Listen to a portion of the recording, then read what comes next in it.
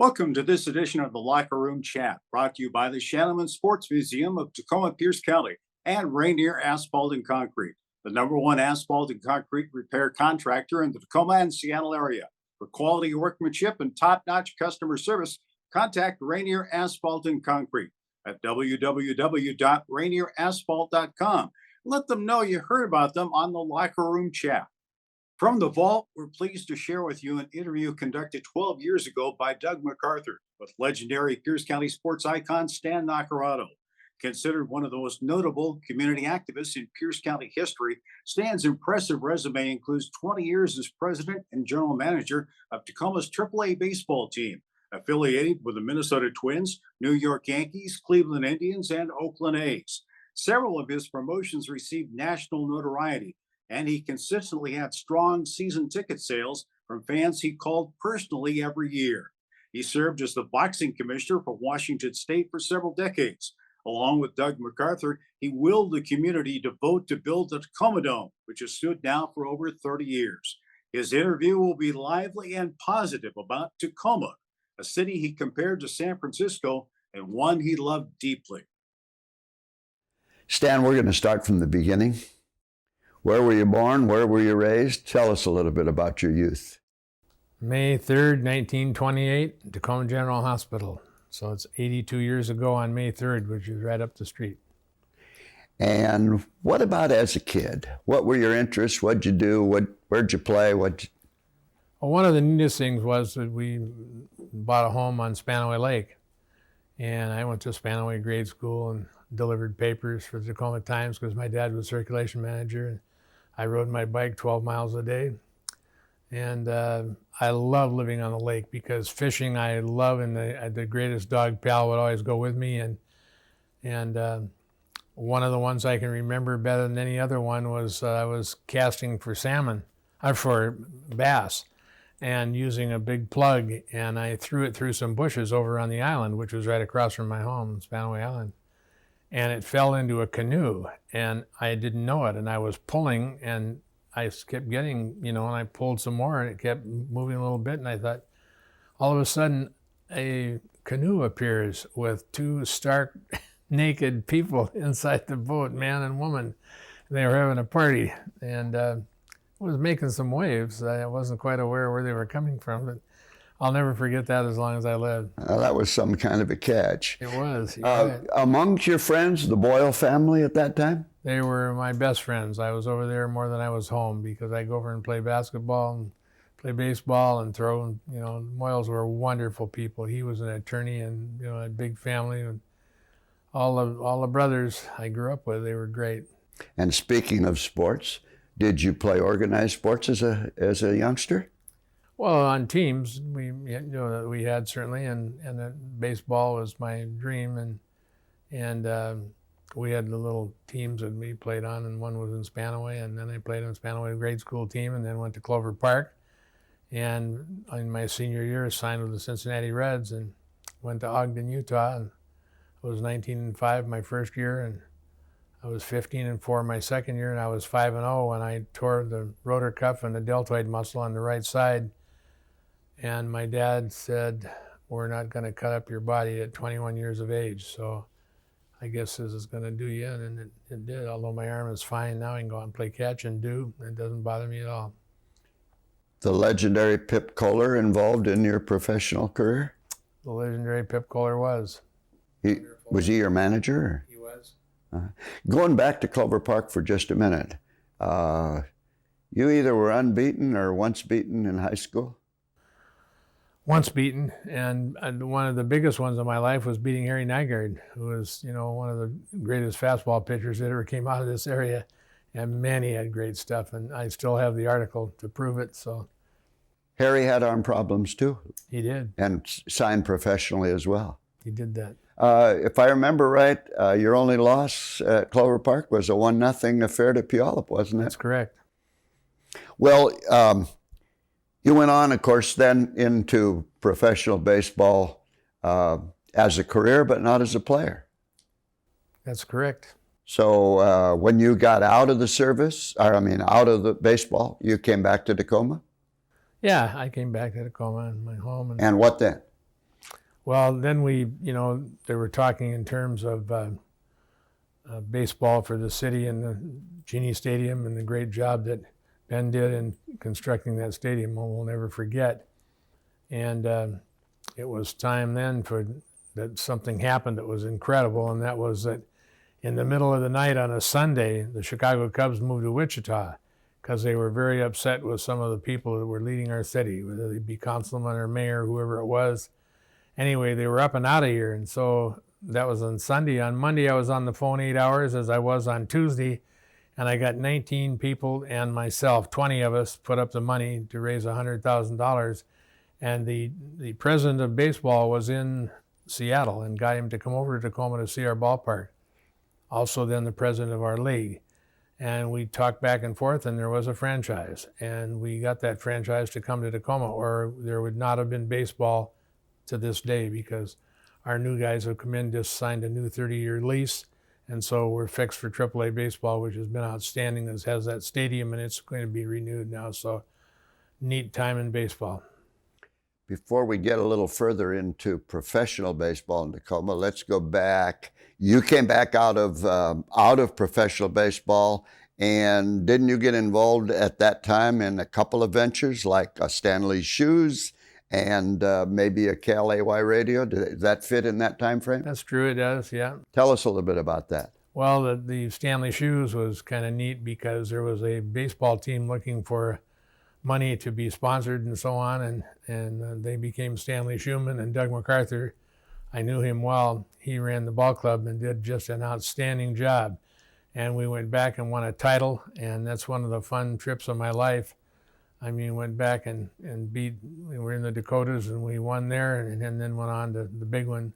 And I don't think it had ever been won from our area, had it, Doug? No.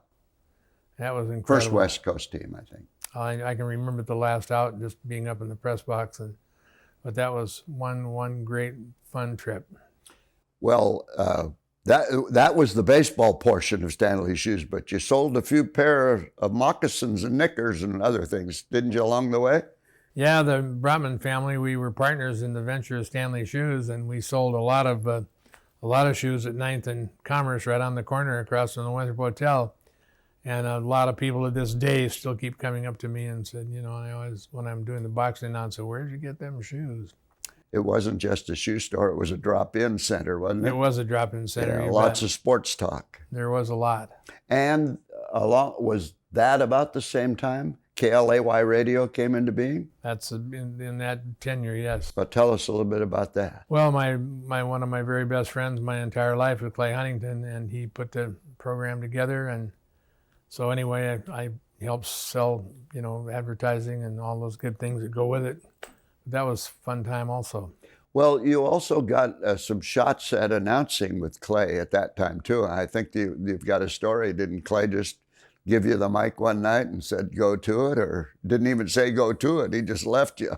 I was talking with him, and all of a sudden he pushed the microphone over and got up and left, and I had to talk. Was that a baseball game? It was a baseball game, yeah. It was in Cheney, and it was incredible. Well, Clay did that on quite a few people that started announcing careers. Somewhere in that time frame, you also got involved with the Tacoma Athletic Commission. That's true. I've been in the Tacoma Athletic Commission for almost 61 years. So only Clay, as a founder, then may have been in the TAC longer. That's possibly true. I think I'm the number 2 living veteran now. So, tell us a little bit about your roles in the various roles in the TAC. 2-time president, and handled all of the amateur boxing then, the Golden Gloves. And in fact, I did my 60th year of ring announcing this last year. And that's, I was asked when I was 18 years of age, we were up at the Tacoma Armory, and one of the people doing the show was in the Tacoma Athletic Commission also. And he got laryngitis or whatever, and he just said, would you help us and go do the ring announcing? And I've been doing it ever since. So the TAC in your era was it at the top of the ocean? It was at the top of the ocean on the second deck. Yes, it was. In fact, from that point too, I got involved in along with the TAC and putting the 4th of July show together and going out and getting people to donate so we could have a great show. And we had some great things happen in that. And I got to go into one while I'm telling you about the 4th of July. There was a young man standing next to me that was 17 years of age, because we talked about it, and his dad was going to be flying the aircraft that would coming in to put on a show. So I'm saying, keep your eyes on the aircraft and watch this loop, go loop over our heads. And he went right up over the top of the ocean. He rolled over on top and he came right straight back down and went in the bay. And the blast of water was just over to our right by the little to the right of the Old Town dock. And there were some people just coming out of a boat that had some diving suits on, and I asked them to get back in. We had that plane up on the dock in 20 minutes, but he died, and that was, I'll never forget that as long as I live. And that is not quite in the baseball world, but it was certainly one that I'll never forget. You mentioned that you'd gotten involved with the Golden Gloves. Along about that time, there was an Irishman that became a pretty good fighter. You had not only became acquainted with him, but had a long association with Pat McMurtry, correct? Yeah, there was the Johnsons lived right next door to us when we were living on G Street, just up from Lincoln High School, about 3/4 of a mile. And on the other side of the Johnsons was the Moore, and that's the grandfather and grandmother of Pat McMurtry and Mike McMurtry. And I then got introduced to the family, and they go down in the basement and watch them both box, and Pat would just tear the tar out of Mike, and Mike said, I don't want to box no more, Dad. And they were just little guys, and because I'm a couple of years older than they are. But that was incredible to watch Pat and his whole career. As a matter of fact, I was in to see him yesterday, where he's staying in a rest home. And one of the great fighters of my time. Pat was awesome. So was Mike. He won the championship in college, Mike did. But the two of them were very, very special. But in particular, Pat was to me, and still is, one of my dear friends. Neat guy, and holding on now to live the rest of his life, and it's been difficult for him. That championship that Mike won was actually the NCAA heavyweight championship, right? It was, yes, Yeah. College. And Pat came, I guess, what you'd have to say, pretty close to becoming a heavyweight champion of the world. Mm-hmm. I remember when he defeated the 5th ranked heavyweight, he won. And I remember when he boxed in Lincoln Bowl, and he won. It was a great fight, and I can't remember who he fought. But Ezard Charles, right? It was, you're right, it was. Yeah. It was a great night in Tacoma. Great, great night. Boy, was it ever. And the 5th ranked fighter, how about George Chuvalo? Was that who it was? And I think he was the Canadian heavyweight champion. Was it heavyweight or light heavyweight? I'm not sure. It was light heavyweight then, Yeah. and then he moved into being the heavyweight. Well, Irish Pat was something, and he's still got stories to tell. Left hook and right cross with a booming right hand. Boy, I'll tell you, he was a great fighter to watch, great athlete. I'll never forget the first Golden Gloves in the Tacoma Armory. Right. And along about that time, we thought the Tacoma Armory was quite a facility. Yeah, that's where all the fights were held. Yeah, we played college and high school basketball there and so forth. Right, that's true. Stan, you became active in the Washington State Athletic Commission. You served 6 governors, and over 25 years or so were involved in that. They governed professional boxing and wrestling in the state. How'd you get involved in that, and who gave you that first appointment? I'm the governor at that time, and all of a sudden I go blank on his name, but he is the one who asked me if I would be willing to serve, and I said yes, I would, because I've been a very good student of boxing and learned how they, sometimes I wasn't too sure that some of the judges had their eyes open, but that's how you see fight, from a different side of the ring, or you're an umpire and you see it from another side of the ring. And having been an umpire for, as you well know, I was out there 21 years, it became a good judge of boxing. But I'll tell you what, I was very proud of serving in that position, and if there was something that was a misfit, we'd fix it. And the governors that I served under, and there were 6 of them, were just great. They were great.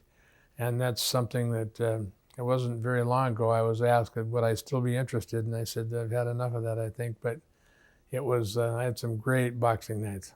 I think that first governor that asked you had to be Al Rossellini, didn't it? And you're or was it before him? You're or was 100% it right. Yeah. That's who it Because was. a pretty good friend of yours too, He was, right? yes, he was. Yeah. Well, let's go back to baseball for just a minute. You did umpire for 25 years, and I was always amazed at your umpiring in that semi-pro and amateur baseball and so forth because you never missed a call. Well, I had a lot of fun doing it. I was invited to go to Major League Baseball to try out if I wanted to go, but I couldn't feed my family because I had 3 kids at the time when I was first asked, and I couldn't do it. So Did you actually work some Pacific Coast League games here when you were umpiring? actually, yes, I did. There was Lorne and I both did. There when they were short people and somebody sick or something, we were asked. I think I worked 3 games. Yeah. The Lorne being Lorne Merkel, who became quite a friend of yours. Yeah, one of the nicest men I ever knew. Following the 1971 season that the Chicago Cubs uprooted and so forth, tell us a little bit about 1960. Rosie Ryan, Tacoma Giants came. Were you involved in that phase of it then? Well, the nicest thing we did was for me, was to get involved with the Twins because they were family, and they included me, and they taught me about general managing and what I had to do. And had I not had that, I probably never would have taken that particular role. But we won every major award there was to win, and that was because of the people that were working for Stan Naccarato. And I mean, from Mo Mayo, who was my secretary, and I still see her. She's working for the tribe right now, but she was great. And then the big guy, and you put a handle on Frank Colarusso and Ron Zolo. Those were one of a kind who really had lots of ability. And my long suit was to get people that could do the job. And if they couldn't, and then we'd talk to them, the worst thing you could do working for me was steal from us. And I said, this is what I'll do, and we'll put you in jail if you do it. But go back over the way of learning how to manage a team was incredible from that standpoint, not on the field, but off the field. You would be the good one on the field, Doug, because you were that good at what you did. Well, I know most of those people you're talking about. In fact, I think I knew them all pretty well. And I think that they might reverse the conversation a little bit and say that Stan the Man was the guy that did the job, because most of us in Tacoma know that's true, Stan. Well, I'll tell you what, it was those were rare times in my life, and they were done properly in the area of earning money and so on. I mean, my 19 partners, that was just incredible to see what we did and what we sold the club for. And, you can't tell a book by your cover, as I said many times in Selling the Ball Club, because I'm not going to dig into that. I don't want to talk about something that was a bad note for Tacoma baseball. But we had a lot of good ones ourselves, and that was a time in my life that I'll never forget. So you were affiliated with Tacoma's professional baseball franchises through what? The Twins? The first ones? The Twins? Twins were the first Yankees? The Yankees, Cleveland. And the Tugs? And right. Now, what was that affiliation? Oakland. And then the Tigers. Correct. And the Tigers really drift back to the original Tacoma Tigers in 1948. Well, it would go way further back than that, wouldn't it? It would. Tacoma Tigers. And I have to tell you something, Doug. The people that we sold our ball club to, they came up with a name for the team to change it to the Tacoma Rainiers, and that just about turned me inside out, because as competitive as we were with Seattle, it being the big city, you know very well that they'd been well into the 50-year range of being Seattle Rainiers. And for us to take their name, I just about rolled over in what might have been my grave. I just didn't want us ever, and if I were going after it today, and I love the owners that are here right now for the new group that just signed on for 30 years and are spending $17 million of their own money to rejuvenate Cheney Stadium because it's due to happen. They're great people, the greatest ownership group that I have envisioned. I mean, they're outstanding people. So, but are you able to say Tacoma Rainiers now without taking a deep breath? I can, but I still want to gnarl on it a little bit. Well, anytime they say Tacoma Rainiers, I immediately come to mind Leo Lassen. Right. We needed him to be Tacoma's broadcaster if that were the case. You're right. When you were the Tacoma Yankees, you had occasion to become friends with a lot of Great names. I sure did. Do you remember some of those? And Yeah, well, the one tell that us a I little bit. remember, most of all is Billy Martin, because we became very, very good friends. And I have to tell you about a Billy Martin incident. Billy had a bad mouth and would get on people and do some things, but the other side of him was incredibly wonderful. So we were going down, my boat was tied up down off of Point Defiance, and so we got to a little store there right off the main drag. We were buying some lunch meat and so on, and we couldn't have any beer in the boat because it was a Saturday and they were playing Saturday evening in Seattle. And there was Mickey Mantle and Yogi Berra and Lou, and there was a second string catcher and also one of their pitchers that won 23 games that year, of which I can't recall his name. But anyway. But the Lou was Lou Piniella, right? Lou Piniella, that's correct. Go ahead. Anyway, out in the boat we go. And we go to Point Defiance, and there's about 100 boats out there, roughly, give or take a few.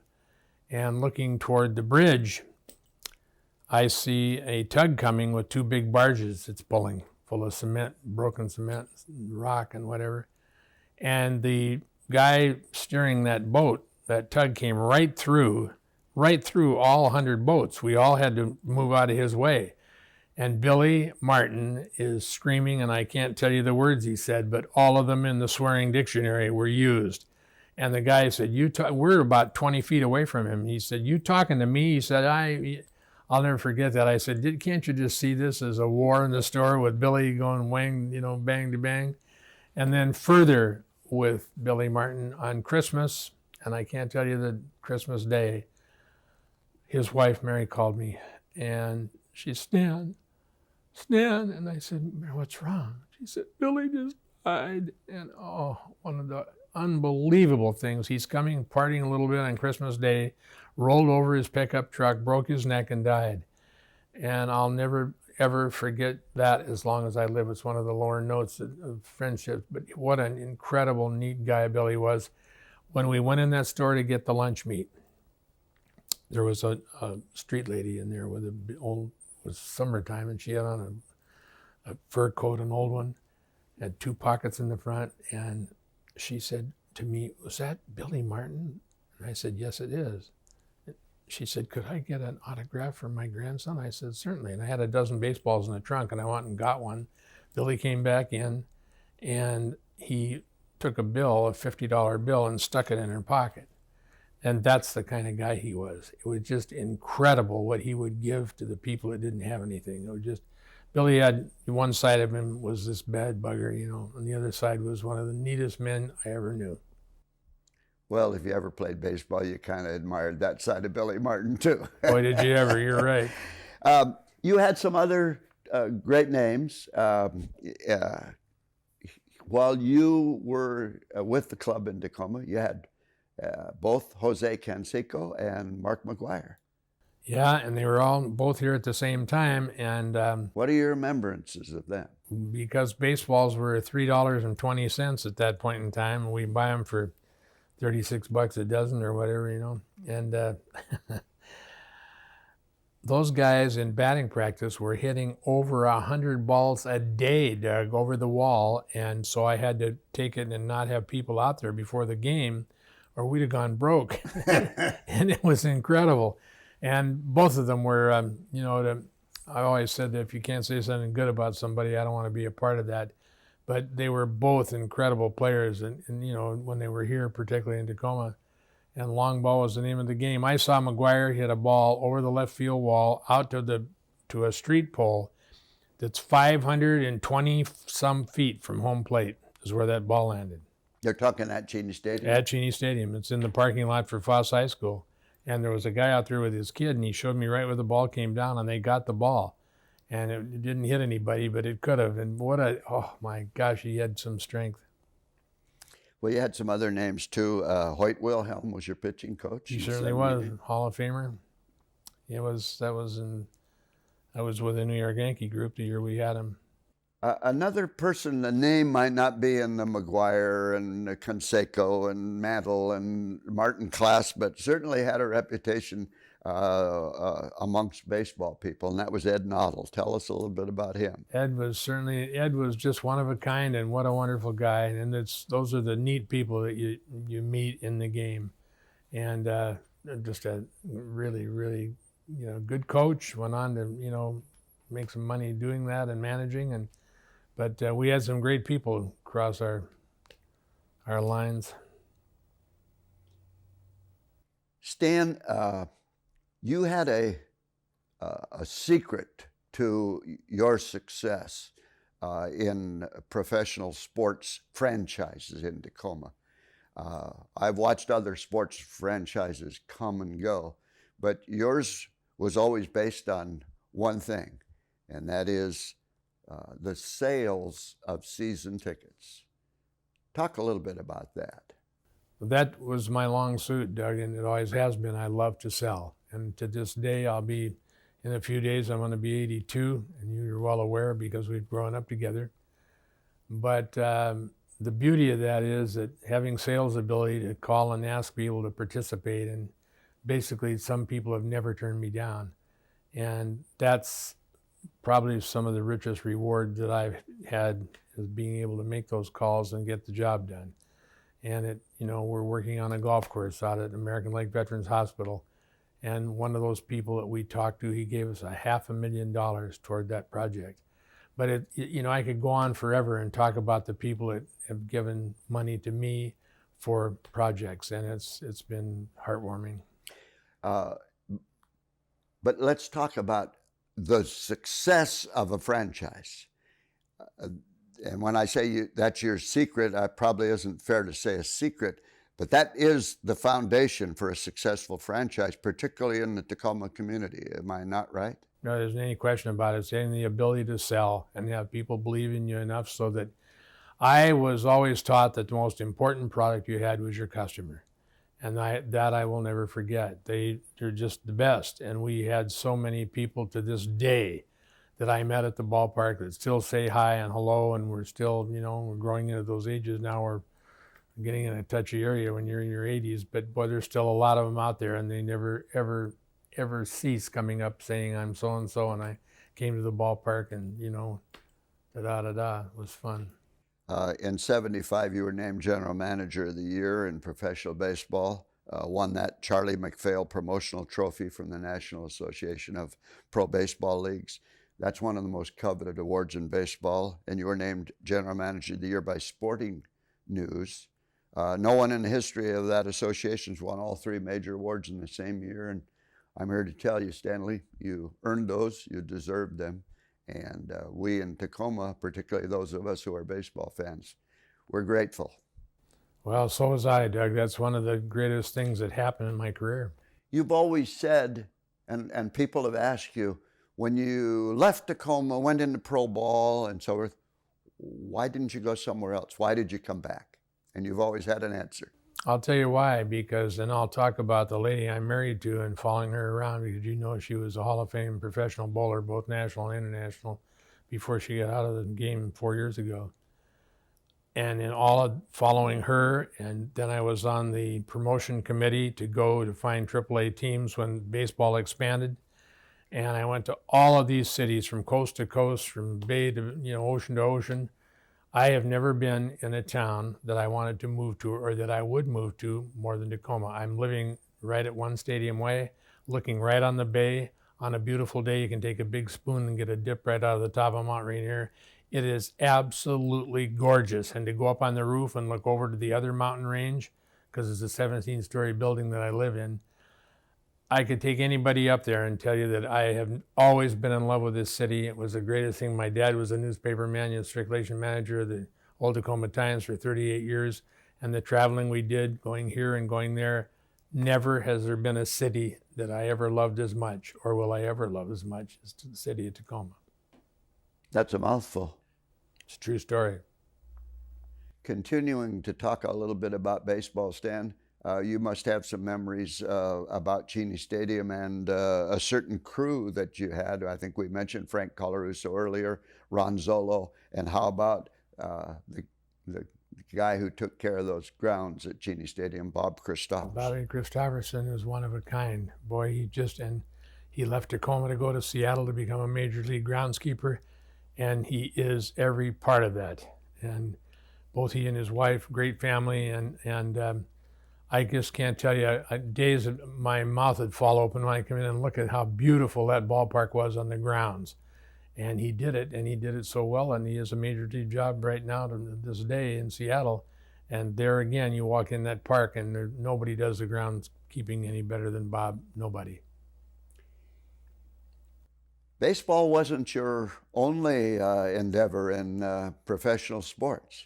Tell us a little bit about your time with the Tacoma Stars, their success, what's happened today in terms of that particular sport. Well, they lost their GM, and they were having a terrible time, and so they asked me, the owners did, if I would come in and try to straighten it out. And I was there nearly 2 years, and we were started to draw very well. We were again selling tickets, but people just don't realize, it's like we talked about earlier, the ability to sell and sell Tacoma. And we did that, and we became a winning team along with it. And we had some packed places out there at 38th Street. Boy, that building was full many times, and that was a fun thing to do. That was really, really great. And it's people have got to understand, whether they be young or old or both, selling is the main thing you have to do with the product, and you got to be able to do that. And if the product's good enough to sell, then you got to sell some more. And it'll never go away from my memory or knowing how to do it. You got to get on that phone and go in and see people and sell your product. If you don't ask, you never get. You got it right. You were involved in a lot of asking in the early 1980s when it came time for Tacoma to have a dome of their own. And I can tell you firsthand that you sold that puppy. So did you, my friend. Yeah, but you raised the money. You were the salesman. Well, Tell us a little bit about that. We went out and raised the money, and I worked with you in that project, and that'll never be forgotten, because if I had to fill a chart of the top 10 people that I have known in my lifetime, I'd put Doug MacArthur right on the top. And you did. You really helped in that project, my friend, and you've never stopped. And the basics there again, and what a great building. You know, it needs to be gone through now and have some things done to it. Maybe a smaller arena within the big arena. And they've talked about doing that.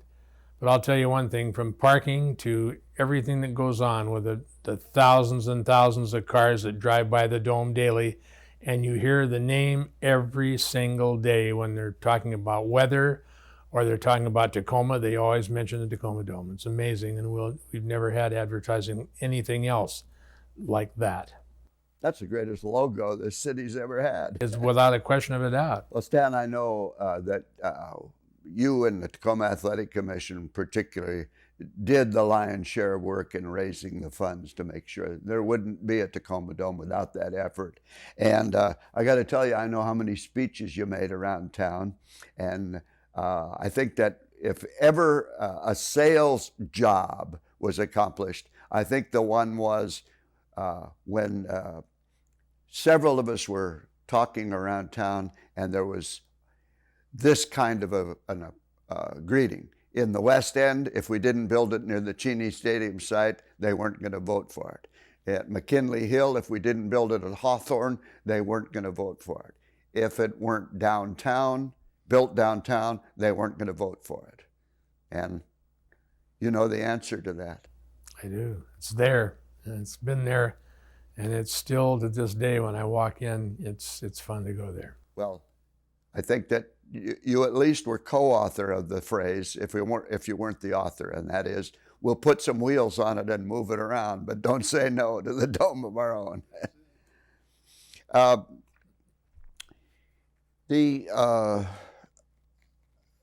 You were also a charter member of the Executive Council of the Tacoma Pierce County Sports Commission, which was established to attract events to our city.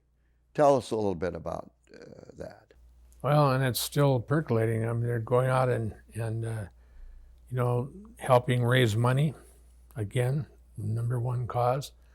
And it's a pleasure to see, and the young man that's heading that group right now, it's still doing well. And it's been a very important part of successful promotions in the city, and the Dome speaks out loud to where they can go there and do things. And when you see things like basketball and football and all the things that have been able to come into the Dome, boy, it does a heck of a lot for this town, and particularly the promotion and having somebody that was willing and able to do. Well, I think you hit the nail on the head. Something we didn't cover when we talked about the Dome is that's not the best building in the world for necessarily basketball, not the best building in the world for a concert, maybe not the best building in the world for soccer, but it may be America's most versatile building.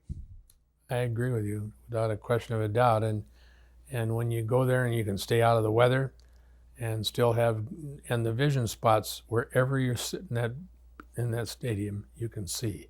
And that's goes a long way toward the success. You've been inducted into the State of Washington Sports Hall of Fame, Tacoma Pierce County Sports Hall of Fame. You were named the Tacoma Athletic Commission's 10-year Man of the Year for 1970 and 80.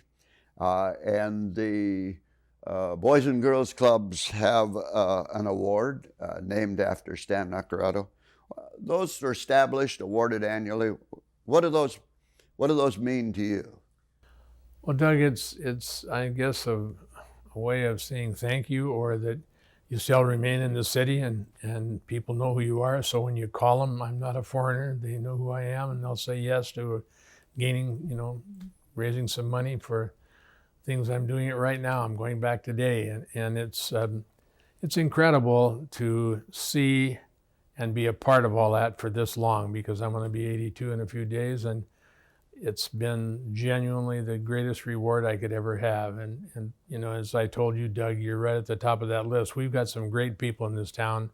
I wish we could all live to be 100, have a party or something, but that's the rich rewards, are, getting to the finish line and helping people like yourself help get there. I mean, it couldn't do it without you. We couldn't do it without Clay. There's lots of people that have shown so much ability, and to be able to search them out and bring them together, it's pretty neat. I like the idea you have about living to be 100. I think that's something to keep in mind. Okay. It's only 18 Stan, years. you've been called many things, probably at the baseball field, a couple other things now and then, but you've been called a lot of things. You've been called Stan the Man a lot. You've been called Mr. Tacoma a lot. You've been called Tacoma's #1 cheerleader a lot. Those say a lot of things in their own way. How about you giving me a feeling of the Stan Naccarato?